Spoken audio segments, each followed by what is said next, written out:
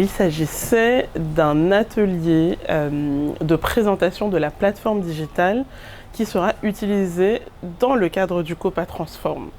En cohérence avec la volonté de l'UCP et de la Banque mondiale de capitaliser sur le COPA pour accélérer aussi la digitalisation au niveau des entrepreneurs et des nouvelles entreprises. Donc, cette plateforme est une nouveauté par rapport au COPA PADM PME, dans la mesure où, dans le COPA PADM PME, le digital servait quasiment uniquement pour déposer sa candidature. Aujourd'hui, on décide d'aller plus loin en digitalisant au maximum le parcours d'abord du candidat, mais ensuite le parcours du lauréat.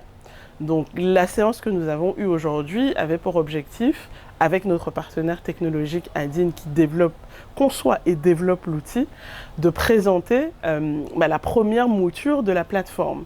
Et pourquoi ?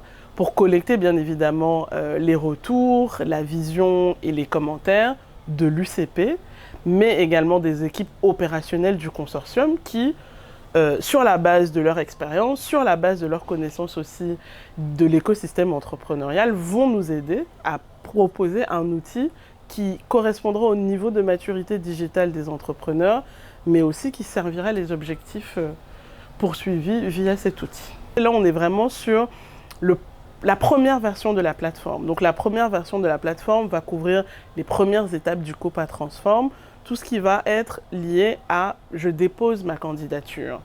Donc la séance d'aujourd'hui a permis de faire évoluer, de regarder les choses qui peuvent être problématiques, de voir aussi comment enrichir cette plateforme-là, comment l'aligner, comme je disais, sur le contexte local, le nom, le post-nom, comment est-ce qu'on identifie les lauréats, comment est-ce qu'on met en place aussi un parcours utilisateur qui est fluide, comment est-ce qu'on utilise plutôt des tutoriels pour faciliter l'adaptation, la compréhension en termes d'utilisation de la plateforme.